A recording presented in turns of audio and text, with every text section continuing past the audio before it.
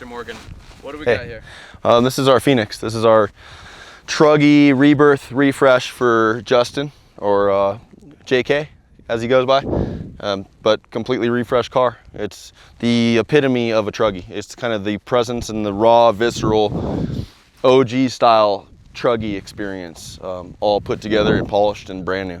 It looks insane, and just the fit and finish overall, like what's the main design ethos behind it? Because I know you're more than just a fabricator, you're a designer. So yeah. Like, talk a little bit about the fabrication and design ethos. I mean, if I say steampunk, apocalyptic steampunk kind of thing going on, but I just took cues, like everything when I was growing up as far as Truggies go. They're open, like there's tube, there's tin work, there's not a complete body. We wanted to absolutely have a working windshield, so it's a 96 Bronco, real piece of glass in there that's cut down to fit our frame. It's all sunk in and glued in. There's no like seals or bolts, but the whole presence is just trying to retain something OG, trying to retain a Truggy, you know, something that's just like a classic, true classic, just simple, reformed, Mad Max kind of deal, you know, something you could like rip around and just go jack people's gas. It's an Armorcraft chassis. Front was re-engineered by Richer Racing, or Andrew Cho, I think kind of had a big hand in that. But you know, smaller shocks, all Kings, bump stop, bypass, coilover, 3 feet of travel in the back or a yard, 24 in the front, very traditional center mount style, upper J-arm, all TIG welded in the front, and TIG welded trailing arms. The trailing arms are a very interesting design. Camberg housing in the back, just meat and potatoes. Wait, hold on. One of the things Justin wanted was a diff cooler. So a lot of guys would 86 that idea and just run a 10-inch or something. That was kind of the period correct thing. Trying to keep a lot of this car period correct was the name of the game. Like, don't do mods to it where it gets so modern that it looks mixed matched. Make it so like it all ties itself together and it doesn't look like an oddball. So there's a lot of extra lines as far as like coming off the housing here. And you know, it just follows suit with the vibe of the car. Like, it's 5 on 5.5, it's smaller, it's a lighter car. 418 stroker, LS, turbo 400, 3-speed, 550. Just reliable. Yeah, super, runs super rich, and it's just built for ripping like a dirt bike. Tell me about this color. This is a metallic brown. I saw like a lot of newer Toyota trucks with this color. I tried to match it with powder. We got only so far, so there's powder and then there's paint on top. Okay. The challenge doesn't lie so much in fitting the Bronco glass. The challenge lies in figuring out what glass will work inside the perimeters of the chassis.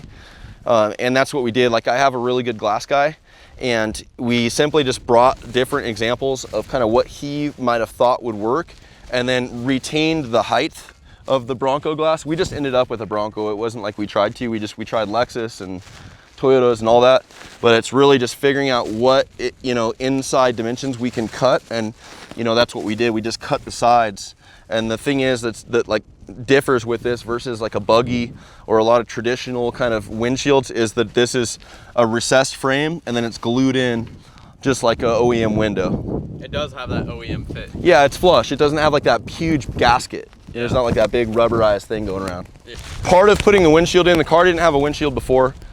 It still has cooling in the back. So there's a radiator in the back, there's a trans cooler in the back, there's a diff cooler in the back.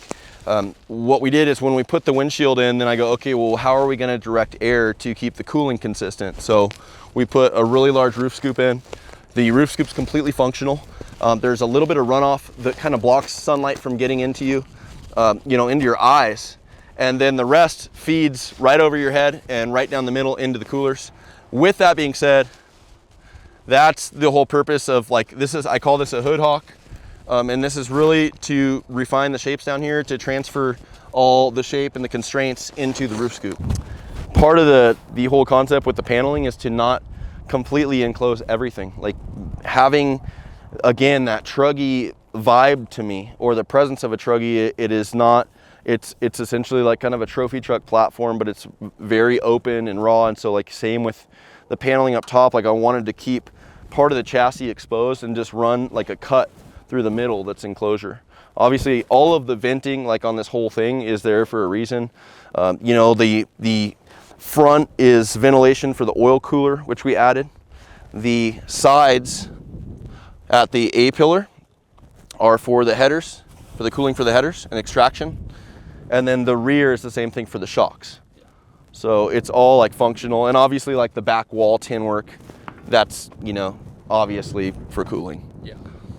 I mean, class 1s mainly have rear engines, so they have stuff in the back, but really Truggy, I think, is what you're meaning, is they're a narrower platform chassis as far as the spread inside and the outer proportions of the chassis. And then, you know, they always have kind of a profound exhaust going through, and it had kind of a cattywampus thing before with like a Flowmaster on it. Is that just a reason to not put the exhaust in the middle of the car for heating? Well, packaging for sure. Packaging? Yeah, and it's just ease of packaging, you know, like functionality wise, it's just the classic. Like there's no need to put the heat through the middle. Yeah. Like it can just come out. Your chassis is already narrower than a truck, you know, and even trucks have them on the outside. Yeah. So that's just a really easy opportunity to get a design win. That's the whole thing, you know, like trying to incorporate little details that tie into the rest of the car, like even like, you know, the exit on this thing. It's all to tie into the rest of the shapes, you know, like if you start looking at the contours and the sheet metal and like the hood hawk and the roof scoop, like everything kind of has that same swoop to it. It's the same when the front of this car kind of comes down and it draws down to the front bumper. It's got that weird like beetle kind of presence, like an insect beetle. And it's the same, like getting some kind of organic winds in this thing was the ticket. Like, and obviously like the step, like, does this get hot? Does your shoe melt? No, it doesn't. Like you'd have to be standing on that for a long time to get something. And really this is your like, that's not your primary step. You know, this is like your helper step, and you get through here and then you really like, oh, I don't even use this one. And then this one is your main. And like, this is like, it's grippy, and it's also something where the heat, like just the standoffs on this thing, it's a 1/2 inch standoff, so the heat is dispersed like a heat sink before it even gets into your feet. Yeah, so this isn't even hot. Yeah, and it's completely functional. That's the whole thing, you know. So you probably touch this and it'd just be warm. Exactly. Yeah. And I've done it. Like I did it on purpose just to check it out. Like an old hot rod, or have that meshing on the side. Sure. Of the exit pipe, Yeah. Like an old maybe a Cobra too. Cobra. Yep. Yeah. That's exactly it. Yep. Yeah, I know Vipers had that, but they did get hot. So yeah, those would actually burn your legs. Yeah, exactly. Exactly. Usually they also melted the plastic. So. Probably. There's a lot of plastic in those cars.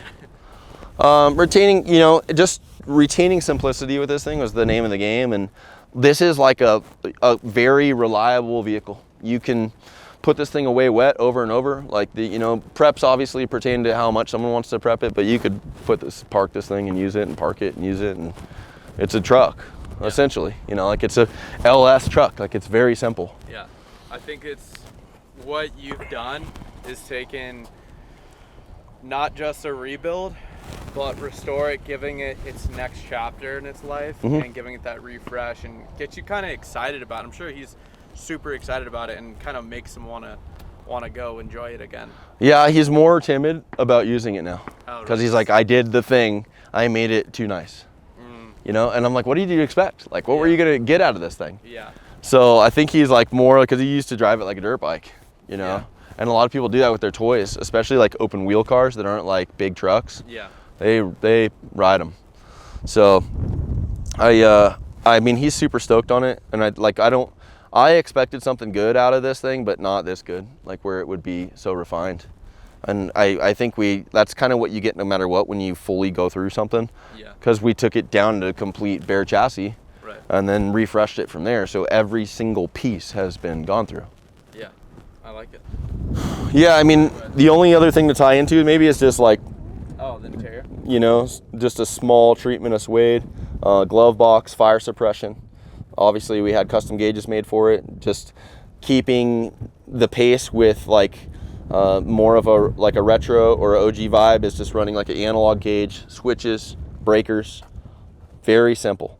You know, Lavorsi's are like a marine gauge, so they worked with us on getting our logos in there and colors. It looks great, and even the meshing is tied into right here. That's a nice detail. Well, that's also for functionality. That's something where there's a lot of heat coming up from the engine right there, and even though there's a panel, there's electronics back there. Yeah. And I'd rather, instead of them cooking in a microwave there, just extract the heat. The heat. However it needs to come out. Yeah, and then you get nice airflow right here. Exactly. So you're not just like in a kitchen. Baking. Totally, and that's why I say this drops off. Like this is built exactly to your cone of vision, where you're never at a point here where the sun can get you. Yeah. You know, and so you just get all the cooling that you need. That's awesome. One thing that was really cool that we kept is that like moon boot strap. Yeah. So there's like a limit strap that is for foot chatter, you know, so your feet aren't consistently, because you're sitting in this thing more or less like a truck. You don't really have like an extended like leg space where it's more like a sports car or something, like low slung. So it's very rudimentary, like sitting bent knee. You can't like press the floor. Exactly. Yeah. So you put your feet under there and you just don't think about it. Well, that's pretty awesome. That's very. It's the first time out in the desert.